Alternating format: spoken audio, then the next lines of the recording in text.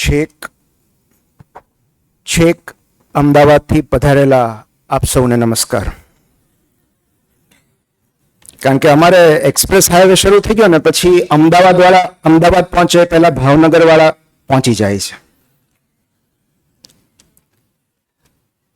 ઘણા સમયે જ્યારે કોઈ રેસ્ટોરન્ટમાં જઈએ ને ત્યારે એક મીઠી મૂંઝવણ થાય કે શું ખાવું. હવે તો બધા ફ્રિકવન્ટલી જાય છે, પણ પહેલા જ્યારે બહુ લાંબા સમય કોઈ રેસ્ટોરન્ટમાં ગયા હોય ને ત્યારે મીઠું કન્ફ્યુઝન થાય કે શું ખાઈએ. કારણ કે ફ્રેન્ચ ફ્રાઈઝ પણ ખાવી હોય, નૂડલ્સ પણ ખાવા હોય, રાઈસ પણ ખાવા હોય, વેજીટેબલ્સ પણ ખાવા હોય, કટલેટ પણ ખાવી હોય. અને ત્યારે કોઈ શાણો માણસ એવું કે કામ કરો, સિઝલર મંગાવો, બધું થોડું થોડું આવી જશે. અહીંયા જ્યારે બોલવાનું ઇન્વિટેશન મળ્યું ત્યારે મને પણ એવી જ મૂંઝવણ હતી કે શું કહેવું. ડૉક્ટર વિશે કહું કે ફેમિલી લાઈફ વિશે કહું. અને ત્યારે ડૉક્ટર પ્રજ્ઞેશભાઈ જેવા કોઈ પ્રબુદ્ધ માણસે એવું કહ્યું કે એવું કરીએ કે આપણે ઓલ ઇઝ વેલ રાખીએ, બધું થોડું થોડું આવી જશે. તો આજે બેઝિકલી 3 આસ્પેક્ટ્સમાં વાત કરવી છે. એક પ્રોફેશનલ લાઈફ, એક ફેમિલી લાઈફ અને એક પર્સનલ લાઈફ. પર્સનલ લાઈફ ને ફેમિલી લાઈફથી એટલે અલગ રાખી છે કારણ કે પર્સનલ લાઈફમાં ફેમિલી સિવાય અને પ્રોફેશન ઉપરાંત પણ ઘણું બધું આવે છે. કારણ કે એક એવી સ્પેસ છે જ્યાં તમે કોઈ પણ જાતને ઇન્ટ્રોડક્શન વગર તમારી જાતને મળો છો. It is the world within you, કે જ્યાં you exist beyond any role. તો પ્રોફેશન એટલે કે સમાજમાં આપણી શું ભૂમિકા છે, ફેમિલી લાઈફ એટલે કે આપણા કુટુંબમાં આપણી શું ભૂમિકા છે. પણ એ કોઈ પણ ભૂમિકા વગર જ્યાં આપણે આપણી જાતને મળીએ છીએ એ આપણી પર્સનલ લાઈફ છે. જ્યારે મને પ્રજ્ઞેશભાઈ કહ્યું કે આપણે ઓલ ઇઝ વેલ રાખીએ ત્યારે સૌથી પહેલા તો મારે એ યાદ કરવું પડ્યું કે મારા જીવનમાં એવા કયા પ્રસંગો હતા કે જ્યારે મારે હૃદય પર હાથ રાખીને ઓલ ઇઝ વેલ કહેવું પડેલું. અને એવા 2 પ્રસંગોથી હું વાતની શરૂઆત કરું છું કારણ કે મારે જે પછી કહેવું છે એ વાત આ બંને પ્રસંગોમાં કોમન છે. આજથી 5 વર્ષ પહેલા અમે થોડા ડોક્ટર્સ બસ કરીને ભાવનગરથી દીવ જતા હતા. ત્યારે અમે એટલા ભોળા હતા કે અમે એવું સમજતા કે છેક દીવ જવું જ પડે.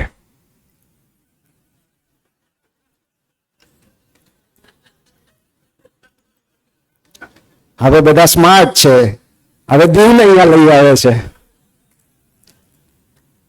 તો અમે બસ કરીને દીવ જતા હતા અને અમે બધા બસમાં તો છૂટા છૂટા બેઠા હતા. એટલે થોડો સમય તો બેઠા, પછી એમ થયું કે હવે અહીંયા આની બાજુમાં જ બેસવાનું હોય તો વેકેશન ના કહેવાય, ચેન્જ ઓફ લોકેશન કહેવાય.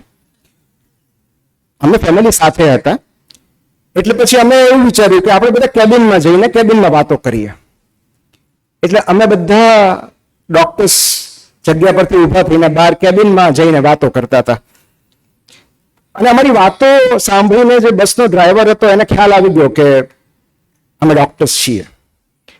55-60 વર્ષ હશે એની ઉંમર. અને પછી એને અમને પૂછ્યું કે હે સાહેબ, તમારામાંથી કોઈ આંખનો ડોક્ટર ખરો?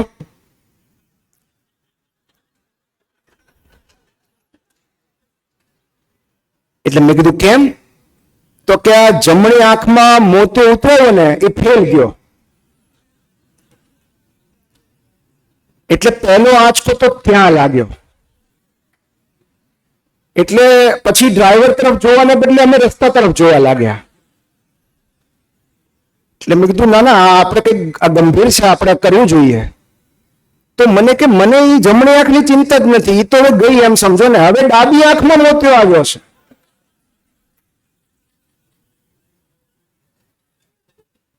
પછી તો અમે સામે, હવે એમ તો પૂછવાય નહીં કે સામે પેલી કાર આવે છે દેખાય છે, એટલે અમે એમ પૂછતા કે ઓલી કાર કઈ છે? એટલે કે સાહેબ નાના વાહનોની ચિંતા જ ન કરવી. ત્યારે એમ થયું કે આ કેબિનમાં ખોટા આવ્યા.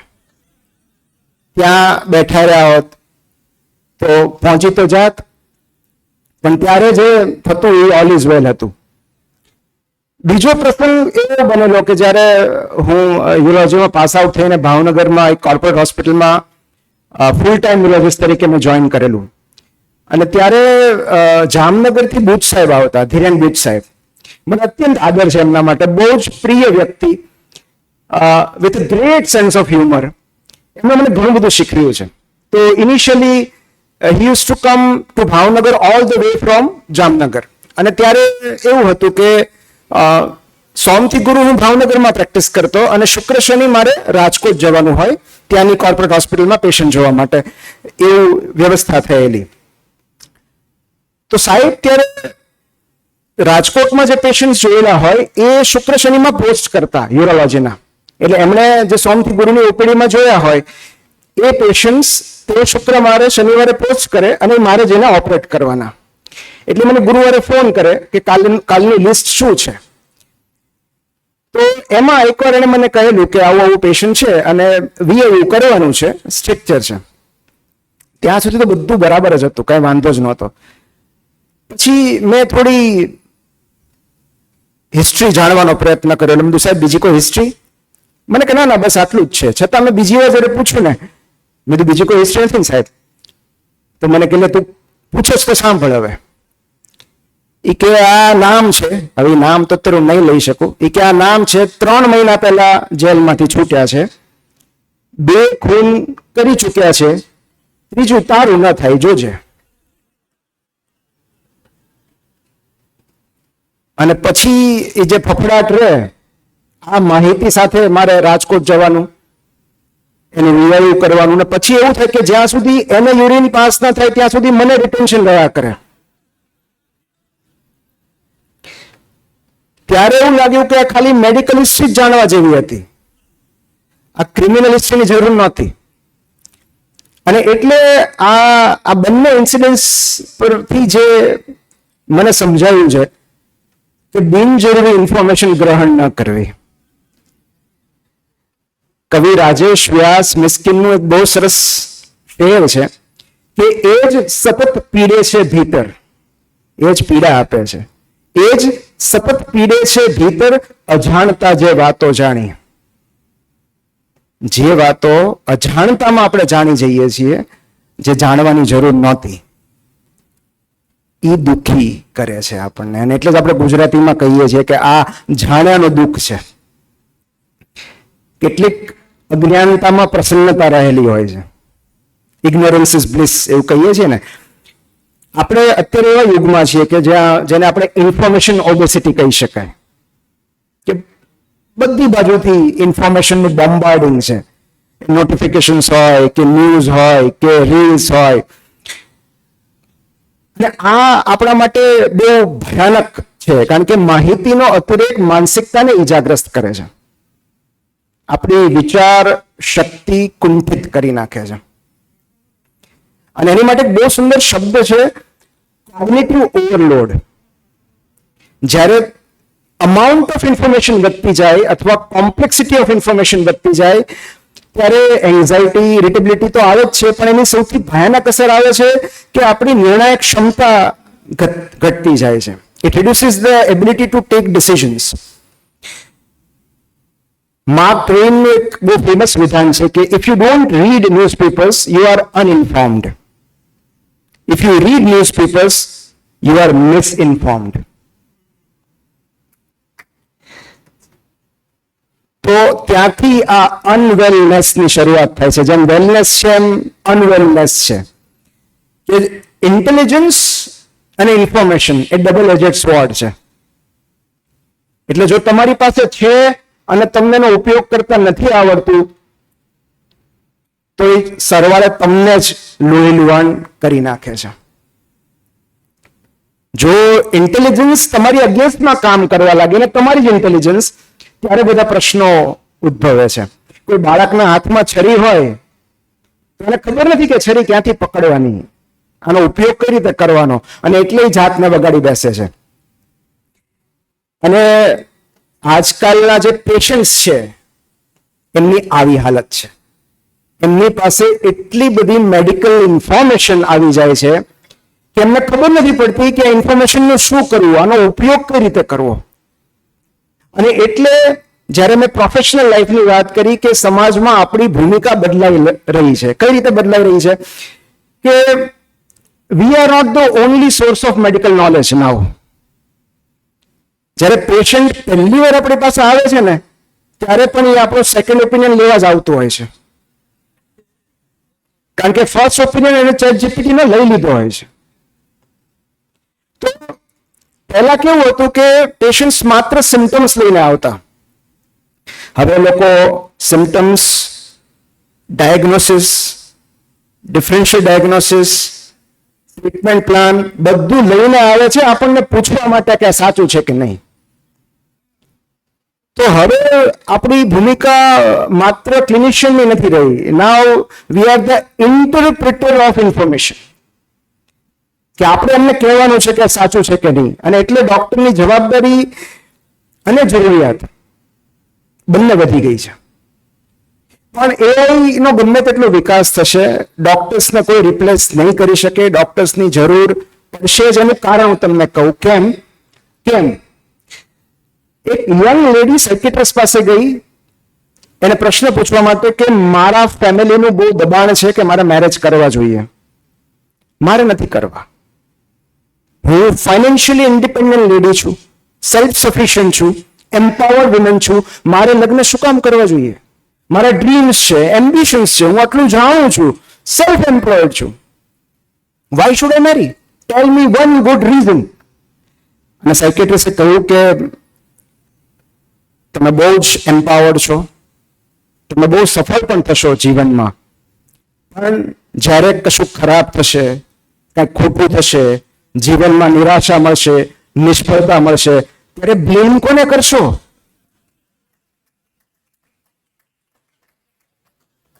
હસબન્ડ નહીં હોય તો બ્લેમ કોને કરશો?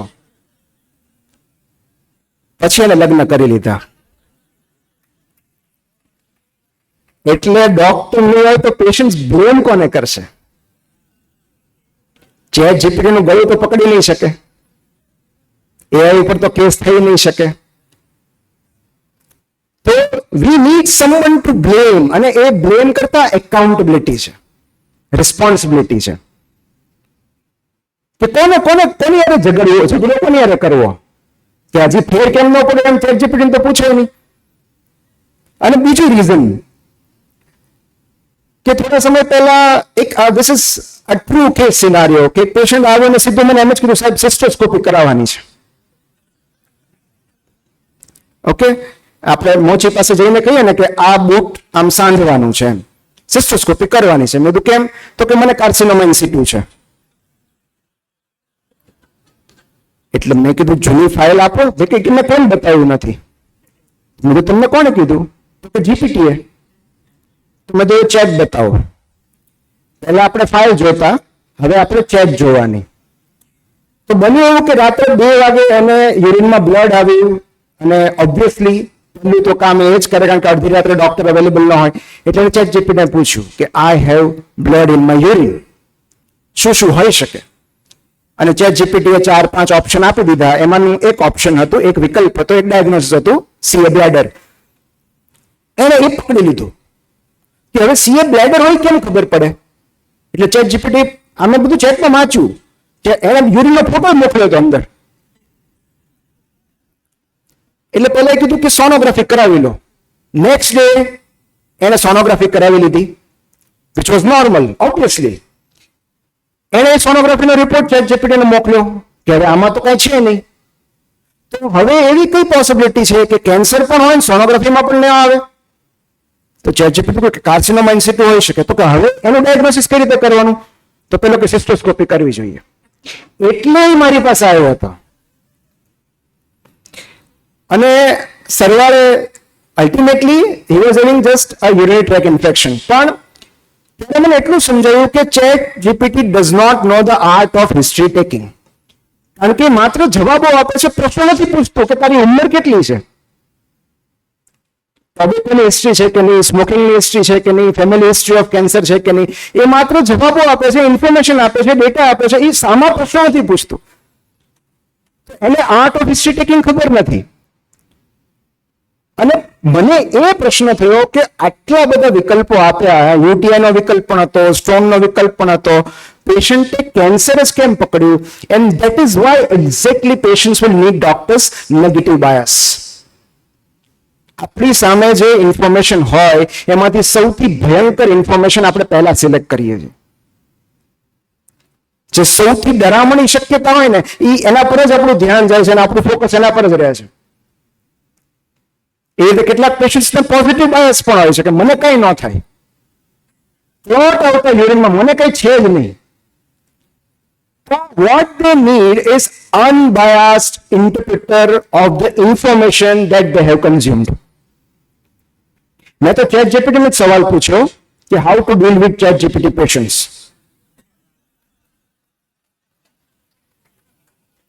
એકચ્યુઅલમાં કે હવે આ વધતું જાય છે તો you tell me how to deal with ChatGPT patients. અને પહેલા તો એને બહુ સરસ વાત લખી કે ડોન્ટ કમ્પીટ વિથ અસ. કારણ કે તમારી પાસે એવી 3 વસ્તુ છે જે અમારી પાસે નથી, જે સાચું છે: ક્લિનિકલ જજમેન્ટ, એક્સપિરિયન્સ એન્ડ એમ્પથી. એ અમારી પાસે નથી. પણ એને એવું પણ કહ્યું કે અમારી પાસે એવી 3 વસ્તુઓ છે જેને કારણે પેશન્ટ અમારી પાસે આવે છે, તમારાથી દૂર જાય છે. પહેલું જે છે એ છે availability or accessibility, which is true. આજના સમયમાં અવેલેબિલિટી મીન્સ રિલાયબિલિટી. રાત્રે 2 વાગે યુરિનમાં બ્લડ આવે તો પહેલો પ્રશ્ન કોને પૂછાય? ChatGPT ને. સૌથી નજીક કોણ છે? ઇન્સ્ટન્ટલી અવેલેબલ કોણ છે? ChatGPT. બીજું, ChatGPT is more patient with patients. A interrupt કર્યા વગર છેક સુધી સાંભળે છે. એને ખબર છે કે નકામી ફરિયાદ છે, આને કારણે ગેસ ન થાય, આને કારણે માથું ન દુખે, તો એ સાંભળે છે. અને ત્રીજું, ChatGPT is more explanatory.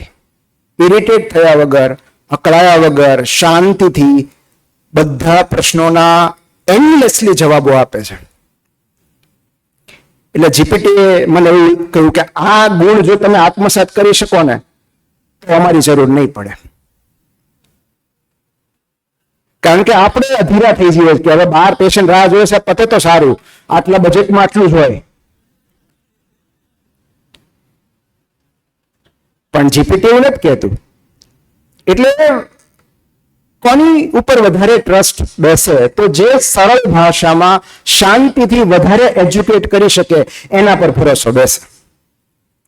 અને એટલે હવે આપણી ભૂમિકા એડ્યુકેટરની થઈ ગઈ છે.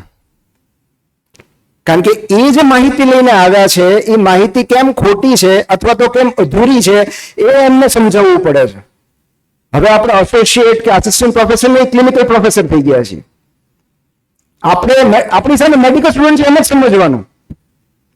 આપણે એમને એ રીતે એડ્યુકેટ કરવા પડે કે જાણે આપણે એના મેડિકલના ક્લાસીસ લઈ રહ્યા છીએ. તો એની પાસે રહેલી ઇન્ફોર્મેશન કેમ અધૂરી છે?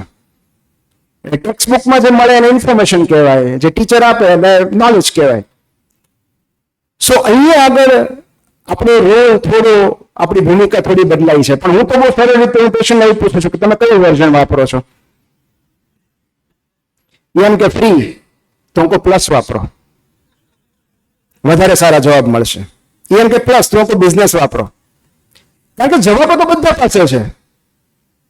હવે જવાબોનો તો કોઈ ટોટો જ નથી, બધા પાસે જવાબો છે. તમારી પાસે પ્રશ્ન કેવા છે એ જ મહત્વનું છે. અને એટલે ChatGPT પેશન્ટ કરતા ડોક્ટર માટે વધારે આશીર્વાદરૂપ છે. કઈ ગાઈડલાઇન્સ રિફર કરવી એ પૂછી શકે છે, પેશન્ટને ખબર નથી.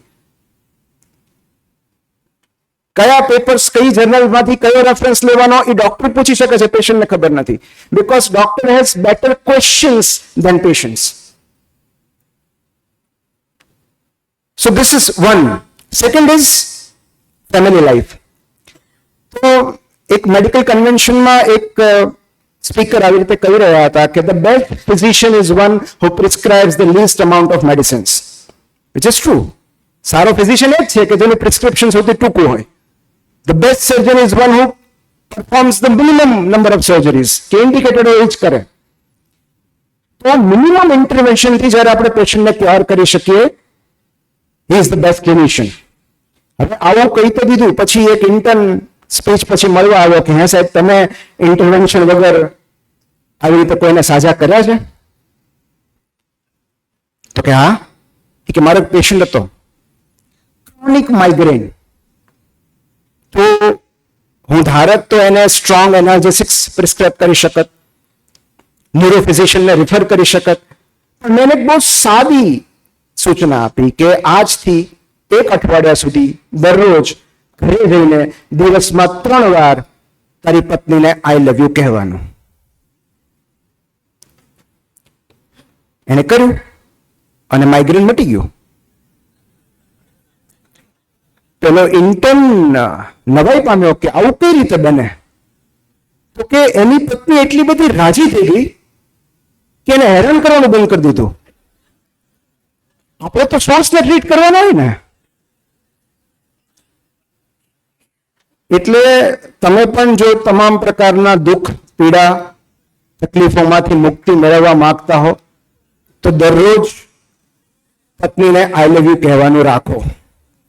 શરત ફક્ત એટલી જ છે, એ તમારી જ પત્ની હોવી જોઈએ.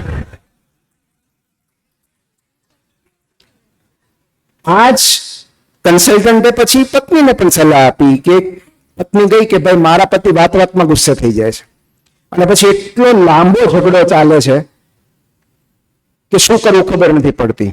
એટલે ડોક્ટરે કહ્યું કે તમે બહુ એનો સાદો ઉપાય છે કે તમે જેવો તમારો પતિ ગુસ્સે થાય ને, તમે 1 ગ્લાસ પાણી મોઢામાં મૂકો, એને થૂકવાનું પણ નથી, એટલે કોગળા પણ નથી કરવાના, ગળવાનું પણ નથી. બહુ ઇન્ટેલિજન્ટ. 3 અઠવાડિયા સુધી એવું કર્યું અને ખરેખર ચમત્કાર થયો, અને લેડી ગઈ રાજી થતી હતી કે 1 ગ્લાસ પાણી આવો ચમત્કાર કરી શકે. ડોક્ટર કે પાણીનો ચમત્કાર નથી, એટલો સમય તમારું મોઢું બંધ રહ્યું એનો ચમત્કાર છે.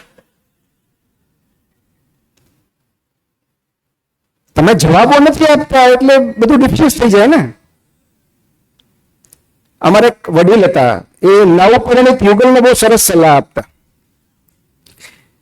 એ પત્નીને એવું કહેતા કે આ તારો પતિ છે, એ પુરુષ છે, તો એને પ્રેમ ન કરતો વાંધો નહીં, એને સમજવાનો પ્રયત્ન કરજો. અને પતિને એવું કહેતા કે તારે જેટલો પ્રેમ કરવો એટલી છૂટ, પણ ભૂલે ચૂકે સમજવાનો પ્રયત્ન ન કરતો. કારણ કે એવું કહેવાય છે, કારણ કે પેલું છે ને બુક કે men are from Mars, women are from Venus. આ બે અલગ અલગ પ્લેનેટમાંથી આવેલી વ્યક્તિઓ છે કે 100 રૂપિયાની એક એવી વસ્તુ પુરુષ 200 રૂપિયામાં ખરીદશે જેની એને જરૂર છે. જેની જરૂર છે, ખરેખર જરૂર છે તો 100 રૂપિયાની વસ્તુ 200 માં ખરીદશે. અને 200 રૂપિયાની એક એવી વસ્તુ એક સ્ત્રી 100 રૂપિયામાં ખરીદશે જેની એને જરૂર જ નથી. કારણ કે પુરુષ જે છે બુદ્ધિથી વિચારે છે, તર્કથી વિચારે છે, અને સ્ત્રી છે ને એ લાગણીથી વિચારે છે. The way of superior man કરીને એક બહુ સુંદર પુસ્તક છે. તમારા દરેક સંતાનના લગ્ન થાય પહેલા દરેક દીકરાને આ પુસ્તક આપવું જોઈએ કે સ્ત્રીઓને કઈ રીતે સમજવી. અને એક બહુ સાદું એક્ઝામ્પલ હું તમને આપું કે દાખલા તરીકે તમે રવિવાર છે અને તમારી વાઈફે કહ્યું કે આજે ધુરંધર મૂવી જોવા જઈએ.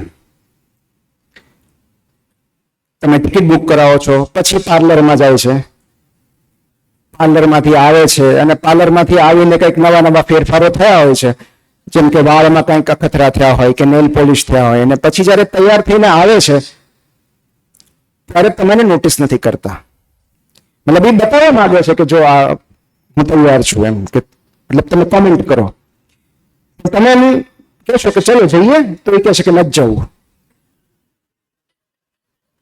ત્યારે તમે સામો પ્રશ્ન કરશો કે પણ ત્યાં કીધું એટલે તો જઈએ છીએ. તો નથી જવું એનો અર્થ એમ નથી કે નથી જવું, એનો અર્થ એમ કે તમે નોટિસ નથી કરતા, તમે એપ્રિશિએટ નથી કર્યું. અને એવા સમય તમે એમ જો કહો કે વાહ આ સાડી સરસ લાગે છે, આ વાળ સ્ટ્રેટનિંગ કરાવવા લાગે છે, નેલ પોલિશ સરસ છે, તો કે ચાલો મોડું થાય છે. એટલે એટલા માટે આ ડાયકોટોમી છે કે એ વિચારે છે કંઈક અલગ, બોલે છે કંઈક અલગ, અને કરે છે તો સાવ જ કંઈક અલગ. કારણ કે લાગણીઓ તો ફ્રીક્વન્ટલી બદલાયા કરે. એવું કહેવાય છે કે when women are depressed they eat or go shopping. When men are depressed, they attack another country.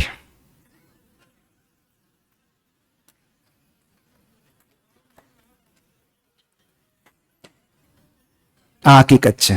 અને એટલે એવા કેટલા બધા પતિઓ છે જેમની હાલત ટ્રમ્પ જેવી થઈ જાય છે કે એટેક કરતા તો થઈ જાય, પણ આ યુદ્ધ શેની માટે જ ખબર ન હોય, અને પછી આપણે યુદ્ધ રોકવા તૈયાર હોઈએ પણ સામેવાળો સીઝફાયર ન કરે,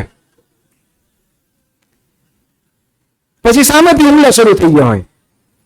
અને આમ તો છે ને આ વેલનેસ એક્સેપ્ટ કરવાના 3 મોડર્ન વેઝ છે. પહેલા કેવું હતું કે આપણે જયારે રાઉન્ડ લેવા જઈએ ને ત્યારે પૂછીએ કે કેવું છે પેશન્ટને, એટલે એ લોકો એ રીતે એસેસ કરતા કે સાહેબ આજે તો ઘણું સારું છે, આજે તો ભૂખ પણ લાગી, ઊંઘ પણ આવી. પછી એક સમય એવો આવ્યો જયારે એવું કહેતા હતા કે આજે તો થોડું ઝઘડી પણ ખરી. પછી એક તબક્કો એવો આવ્યો જેમાં એવું કહેતા કે આજે તો 2 સેલ્ફી પણ લીધી.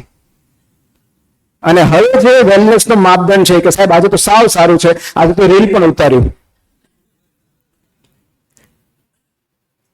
અમારા એક રેસિડેન્ટે એનેસ્થેસિયા મેડમને ફોન કર્યો કે મેડમ જલ્દી આવો, પેશન્ટને સિડ્યુસ કરવાનું છે. મેડમ કે એને સિડ્યુસ ની સેડેટ કરવું કહેવાય. એટલે આજની તારીખ એવા સેક્રેટરીમાં રેસિડેન્ટ્સ છે જે લખે છે નો પાસ હિસ્ટ્રી ઓફ સુસાઇડ.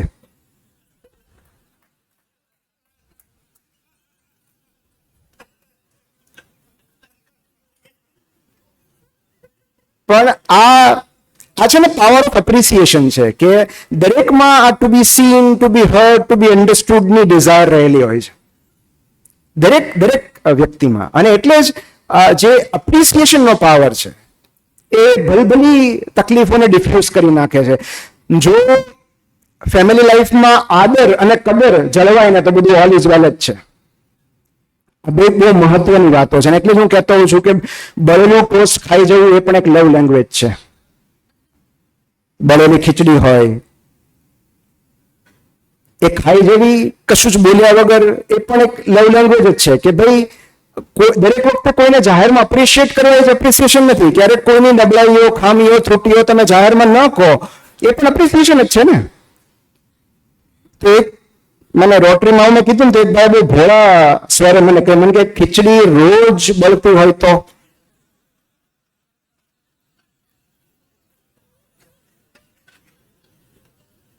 મેં તો તમે હવે રાંધવાનું શરૂ કરો, ટેસ્ટ ડેવલપ કરી લો કે હવે આ જ છે નસીબમાં. એટલે એ જયારે તમને કોઈ એમ કે ને કે આ ચાખી જુઓ તો ચાખી જુઓ તો મતલબ એને તો ખબર જ છે કે એમાં કઈક લોચા છે. આજે દાળમાં મીઠું વધારે છે એને ખબર જ છે એટલે જ ઊભી છે ત્યાં કે ચાખી જુઓ તો. ચાખી જોવાનો મતલબ ચલાવી લેજો એમ. હવે ત્યાં પછી તમે ખોખારો ખાય એમ કે નાના ખારી તો છે જ, તો માર્ક્સ કપાઈ જાય ત્યાં. ત્યારે તો એવું જ કહેવું પડે કે નાના ઓલ ઇઝ વેલ, સારું છે, એટલું બધું ખરાબ નથી કઈ. પણ આ ડાયકોટોમી એટલે છે કારણ કે હું તમને એક સાદું એક્ઝામ્પલ આપીને છેલ્લે આપણે પર્સનલ લાઈફ પર જઈએ કે સપોઝ એક સ્ત્રી એવું કહે છે કે મારો આજનો દિવસ ટેરિબલ હતો, બહુ જ ખરાબ દિવસ હતો, I had a very bad day at office. અને પતિ એમ જ કહે છે તો જોબ છોડી દે. કારણ કે men often solve, women often share. પુરુષે તરફ સોલ્યુશન આપવું છે, સ્ત્રીઓ સોલ્યુશન ઈચ્છતી જ નથી. એમ કહે છે મારે ખાલી શેર કરવું છે કે this problem is significant enough to be shared. સ્ત્રીઓ એવું વિચારે છે અને પુરુષ એવું વિચારે છે this problem needs to be solved. અને એટલે આજે લેક ઓફ અન્ડરસ્ટેન્ડિંગ છે, આજે ઇમોશનલ ગેપ છે, ત્યાંથી બધી તકલીફો શરૂ થાય છે. એટલે જ the greatest gift is attention, not advice or opinion. પણ ફેમિલી લાઈફ પૂરી કરતા પહેલા મને લોકમિલાપમાં વર્ષો પહેલા વાંચેલું એક વિધાન યાદ આવે છે કે તમારી પત્નીની કે તમારા જીવન સાથીની બંને બાજુ વાઇસ વર્સા એટલું જ સાચું છે કે તમારા જીવન સાથીની નાની નાની નબળાઈઓ, ત્રુટીઓ, ખામીઓ, મર્યાદાઓ નો વારંવાર ઉલ્લેખ કરતા પહેલા એટલું યાદ કરી લેજો કે આવી નાની નાની ખામીઓને કારણે જ એને વધુ સારો જીવનસાથી નહીં મળી શક્યો હોય.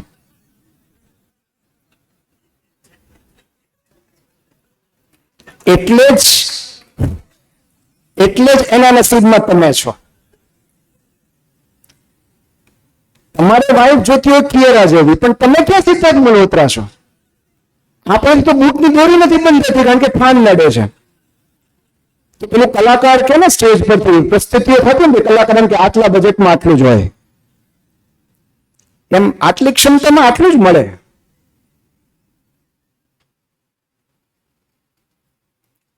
પર્સનલ લાઈફને લગતી એક બહુ સરસ વાત મારા પેશન્ટે મને કહેલી, અને એ વાત હું તમારા સુધી પહોંચાડું છું કે એક 72 યર્સના એક વડીલ, long standing diabetes and now neurogenic bladder.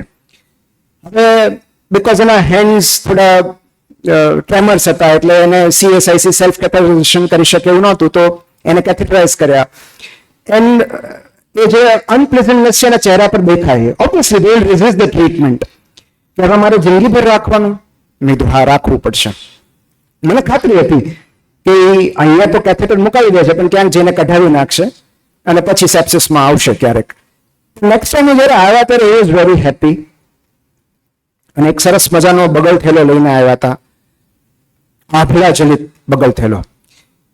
એ સમયે મેં એમને એવું કહેલું, એમનું એક્સેપ્ટન્સ વધારવા માટે કે સર આ કેથેટર આપણે ઇન્ડવેલિંગ રાખવું પડશે, કદાચ કાયમને માટે રાખવું પડશે, દર અમુક દિવસે બદલાવવું પડે, પણ consider it that this is your ornament. આ તમારું આભૂષણ છે એમ માની લો. એ નેક્સ્ટ ટાઈમ જ્યારે આવ્યા ત્યારે આવો એક સરસ મજાનો બગલ થેલો લઈને આવ્યા હતા, ઓલો લેખક રાખે ને એવો, અંદર આભલા હોય. અને પછી મને કે યુરોપ એક દેખાણી નહીં, એટલે મેં કીધું કેથેટર કઢાવી નાખ્યું. તો એ બગલ થેલાની ઝીપ ખોલી, એમાંથી યુરોપ એક કાઢી કે આ રે. અને પછી એમણે જે મને કહ્યું કે સર તમે મને કીધું હતું ને કે ધીસ ઇઝ યોર ઓર્નામેન્ટ, તો this is how I wear my ornament. તો હીરો બેગ ને શણગારી હોય આવું પહેલી પેશન્ટ મેં જોયું. અને એ થેલો બધો લઈને બજારમાં જાય, કોઈ ખબર ન પડે. તો એવું કહેવાય છે કે when you change the way you look at the things you look at change. જ્યારે આપણે આપણી નજર બદલીએ છીએ ત્યારે એ વસ્તુ બદલાઈ જાય છે. જાપાનીઝમાં એક બહુ સરસ કલા છે જેને કિન્સુગી કહેવાય. એટલે કે જ્યારે કોઈ સરસ મજાનું કાચનું બાઉકી તૂટે ને ત્યારે લોકો એને ડિસ્કાર્ડ ના કરે, એને ફરી પાછું જોડે અને એ જે સાંધા હોય, જે જોડાણ હોય એને ગોલ્ડથી હાઇલાઇટ કરે કે અહીંયા તૂટેલું હતું, એને હાઇલાઇટ કરે, એને સંતાડવાનો પ્રયાસ ન કરે. અને એ જે ફિલોસોફી છે એ છે વાબી સાબી, મતલબ કે there is beauty in imperfection. અપૂર્ણતામાં સુંદરતા રહેલી છે. એટલે ઘણું બધું તૂટેલું છે. there are heartbreaks, there are disappointments, there are failures, but still all is well. અમારા એક સ્કૂલનો પ્રસંગ છે, ચીટ કોડ હું તમને કહું લાઈફનો, કે અમે સ્કૂલમાં એક રેસ્ટોરન્ટમાં ગયા. અમે સ્કૂલમાં હતા ત્યારે કદાચ 11મા-12મા ધોરણમાં હશું, અને અમારી બાજુના ટેબલ પર એક બર્થડે સેલિબ્રેશન ચાલી રહ્યું હતું. અને અમારી સામેથી એક સુંદર મજાની કેક લઈ જવામાં આવી અને ત્યાં કેન્ડલ કરવામાં આવી ને પછી કેક કટ કરવામાં આવી અને બધાએ હેપી બર્થડે ટુ ગાયું. અમે બધા અમારું ડિનર કરતા હતા, પણ અમારામાંથી એક ભાઈબંધ અચાનક ખબર નહીં શું ઉત્સાહ આવ્યો, એ ઉભો થઈને તાળીઓ પાડવા માંડ્યો, હેપી બર્થડે ટુ ગાવા માંડ્યો. હવે અમને બધાને બહુ જ એમ્બેરેસમેન્ટ થયું કે ભાઈ તું હેઠો બેસ ને, તું શું કામ એનો એટલો બધો હરખા છે, બર્થડે તો એનો છે. પણ જ્યાં સુધી બર્થડે ગીત ચાલ્યું ત્યાં સુધી ઉભો રહ્યો અને બર્થડે ટુ ગાતો રહ્યો. અમે થોડા ક્ષોભમાં હતા કે આવું કેમ, કેટલું ગંદુ લાગે એમ, અમને બોલાવ્યા નથી એને. થોડા સમય પછી એ બેસી ગયો અને એ ટેબલ પરથી કેકનો એક ટુકડો અમારા ટેબલ તરફ આવ્યો અને એ માત્ર ઓલા ભાઈબંધને જ મળ્યો છે ગાતો તો. અમે બધા નિશાસા નાખતા નાખતા એને જોતા રહ્યા ને આખી કેક એકલો ખાઈ ગયો. ત્યારે ખબર પડી કે કેક ખાવી હોય ને તો અન્યની ઉજવણીમાં ભાગ લેવો પડે.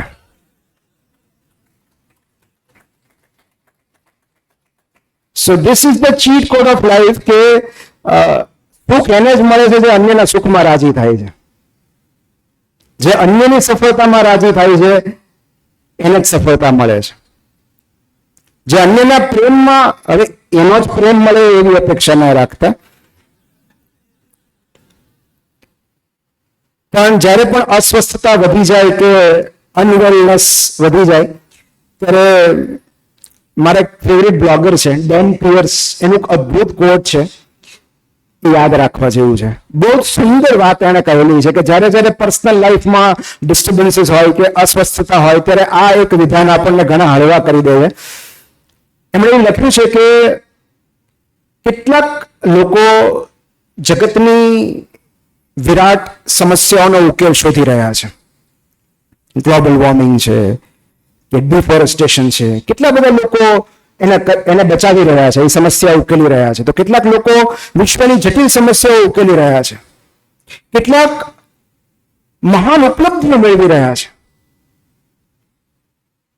કેટલાક લોકો પ્રગતિ કરી રહ્યા છે, પ્રસિદ્ધિ મેળવી રહ્યા છે. અને હું અહીંયા એટલી વાતથી રાજી છું કે 3 દિવસથી ખોવાયેલું મારું એક મોજું આજે મને મારા જ કબાટમાં 2 અંડરગાર્મેન્ટ્સ વચ્ચેથી જડ્યું.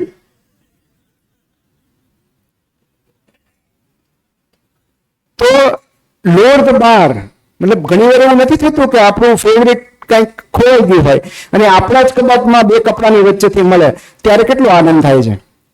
સો this is Lord the bar. ક્યારેક આપણી અપેક્ષાઓ, અનરિયલિસ્ટિક અપેક્ષાઓ લાઈફ પાસેથી એટલી બધી હોય છે કે that creates unwellness. અને એવું કહેવાય છે કે don't look for happy endings, look for new beginnings. કે અંતનું સુખદ હોવું ક્યારેય આપણા હાથમાં નથી હોતું. આપણા હાથમાં તો ફક્ત એક નવી શરૂઆત હોય છે, કારણ કે એ કઈ વસ્તુ ક્યારે ડ્રોપ થાય છે, એન્ડ થાય છે, એ આપણે નથી જાણતા હોતા. ક્યારેક લાઈફમાં બેકવર્ડ લો લાગુ પડતો હોય છે. બેકવર્ડ લો એટલે કે જ્યારે કશુંક આપણે વધારે પામવાનો પ્રયત્ન કરીએ છીએ ને એ વસ્તુ એટલી જ આપણાથી દૂર થતી જાય છે. એ સક્સેસ હોય કે સંપત્તિ હોય કે પ્રેમ હોય, the more we try the more we lag behind.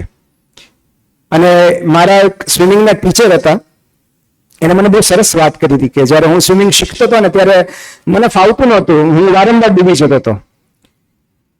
અને ત્યારે એને મને બહુ સિમ્પલ સલાહ આપી કે ડોન્ટ ફાઇટ, જસ્ટ ફ્લોટ. તમે એટલે ડૂબો છો કારણ કે તમે વધારે પ્રયત્નો કરો છો. આટલા બધા પ્રયત્નો જ નથી કરવાના, જસ્ટ રિલેક્સ એન્ડ ફ્લોટ. એ વાત મને ગમી ગઈ. અને એટલે જ જાપાનીઝમાં એવું કહેવાય છે કે વો વઈ મતલબ કે ગો વિથ ધ ફ્લો. મતલબ જે સમયનો પ્રવાહ, નિયતિનો પ્રવાહ જ્યાં તમને લઈ જાય એની સાથે સાથે ચાલતા રહો. No matter what happens in your life, eventually all will be well. અને જ્યારે આપણે એવું કહીએ છીએ કે એવરીથિંગ વિલ બી ઓકે, એનો મતલબ એમ નથી કે બધું નોર્મલ થઈ જશે, બધું પહેલા જેવું થઈ જશે. બધું ઠીક થઈ જશે નો અર્થ એમ છે કે તમે ન્યૂ નોર્મલ સાથે ટેવાઈ જશો. આ જગત ક્યારેક આપણી અંગત પીડાની આસપાસ ગોઠવાઈ જતું હોય છે અને પરિચિતો જે પ્રિયજનો છે એ પાછા મળશે એવું જરૂરી નથી, પણ અપરિચિત લોકો પણ ક્યારેક ગભવા લાગશે. ધેટ વિલ બી વેલ. તો એ રીતે ઓલ ઇઝ સ્ટીલ વેલ. અને છેલ્લે તો હું એટલું જ કહીશ કે આમાં જે ઝા સાહેબે કીધું, ભાગ્યેશભાઈ, કે એમાં દુઃખી થવા જેવું કંઈ છે જ નહીં. કારણ કે એવરી ડે ઇઝ બોનસ. મતલબ અહીંયા જે કંઈ બને છે એ બધું બોનસ જ છે. સો વિથ ધેટ હું yes thank you so much Hiteshbhai. હિતેશભાઈનો મારે ખાસ આભાર માનવાનો છે. I love him. He's gem of a person. મતલબ સર પ્લીઝ બેસી જાઓ. અમે લીગલ કોનમાં લાસ્ટ ટાઈમ અમે મળ્યા હતા અને આનાથી વધારે જિંદાદિલ માણસ ડોક્ટર ઓલવેઝ હસતા હોય. તો મને એમના પ્રત્યે બહુ આદર છે અને આઈ થેન્ક હિમ એન્ડ એમે કે મને અહીંયા ઇન્વાઇટ કર્યો અને મને બોલવાની તક આપી. Thank you so much.